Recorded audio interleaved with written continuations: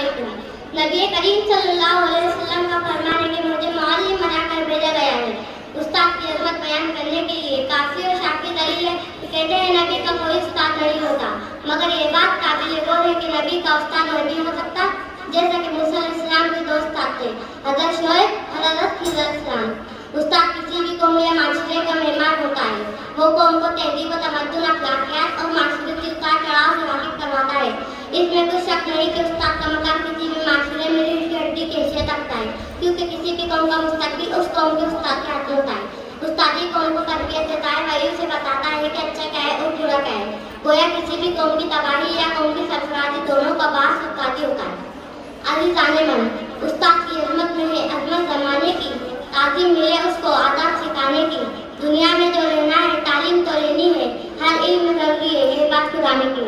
جناب صدر، با ادب با نصیب، بے ادب بے نصیب ہوتا ہے۔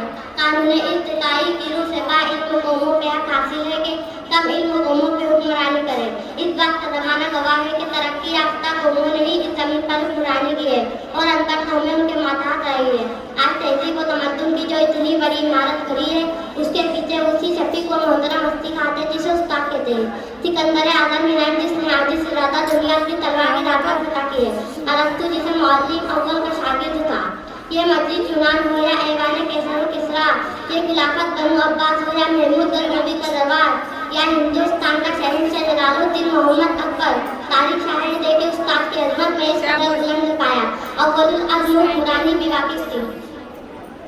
کوئی بھی کچھ جانتا ہے تو معلم کے طفیل، کوئی بھی کچھ جانتا ہے تو معلم کے طفیل، کوئی بھی کچھ مانتا ہے تو معلم کے طفیل۔